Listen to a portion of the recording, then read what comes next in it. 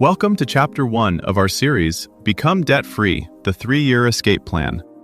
In this episode, titled Face Your Numbers, The Honest Debt Inventory, we're going to roll up our sleeves and take a deep dive into your personal debts. By the end of this episode, you'll know exactly what you owe and how to start taking control of your financial future. Let's get started. Most people pay their debts for years, without ever knowing the total amount they owe. In one study, simply writing down every balance sped up payoff by nearly a fifth. So here's the twist. The fastest way to start getting out of debt isn't paying, it's counting. Knowing what you owe isn't the same as having it in front of you. Most people carry a fog number in their head, rough guesses, rounded balances, a card they'd rather not think about. That mental blur is expensive. When everything stays fuzzy, your brain treats debt like background noise instead of a target. This episode is about turning that fog into a dashboard. We're going past, I think it's around, to exact balances, interest rates, and minimums on every card, loan, and lingering bill. Not to shame you, but to give your decisions a hard edge. You'll see how a written inventory quietly changes your behavior, which payments you prioritize, how you react to new purchases, even how you feel when a statement hits.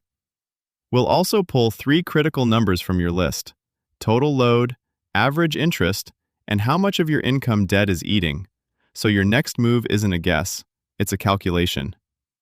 Now we're going to zoom in a level. Think of your numbers less like a single big total and more like a row of very different ingredients on a counter.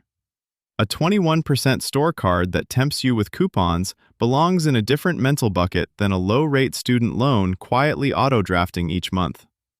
One drains you fast, the other just sips. When you separate these pieces, patterns start to surface.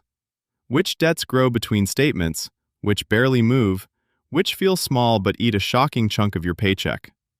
That clarity is what turns a vague, I should do better, into a specific, this is where I strike first. Start with the debts that hide best. The ones on set-and-forget autopay. The buy now, pay later split into 4 no-big-deal chunks. The old medical bill you meant to call about but never did. These are the leaks that quietly reshape your month without ever demanding your full attention. To drag everything into the open, you're going to build a grid. Not a journal, not a feelings page, just a hard-edged table. Across the top, list these columns. 1. Lender/account name. 2. Type: credit card, BNPL, auto, student, personal, medical, family, etc. 3. Current balance. 4. Interest rate, APR, or fees. 5. Minimum monthly payment. 6. Due date. 7. Whether it's on autopay, yes, no. 8. Variable or fixed rate.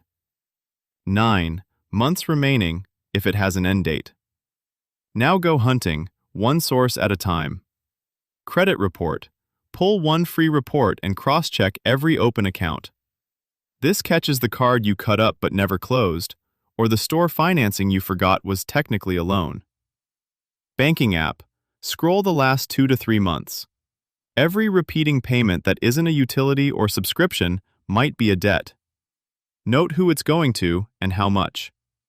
Email plus texts. Search payment due, statement ready, BNPL, Afterpay, Klarna, Affirm, financing, and any lender names you remember. Those just $37 today purchases belong in the same grid as your big balances. Paper. Shoeboxes, drawers, glove compartment. Anything with amount due and a date gets logged, even if you're disputing it. You can adjust later. Right now, it's about full visibility. As your grid fills, you'll notice clumps. Several small balances with brutal rates, or one giant loan that looks terrifying but barely moves each month. That contrast matters. A scattered mental list can't show you that a handful of tiny debts might be costing more interest than your largest balance. Here's the key twist. Don't sort or judge yet. Keep the exploration mode on. You're not choosing a strategy, you're building the map that will make strategy obvious. The goal at this stage is completeness, not cleverness. One missed account can throw off every decision that comes next. When the last line is filled, you're ready to turn this static grid into a working tool. Organizing by cost, risk, and emotional weight. So each future payment has a clear job instead of being just what's due this month.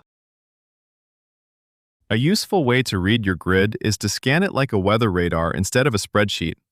Where are the red zones, accounts that storm your cash flow if you leave them alone for a month or two?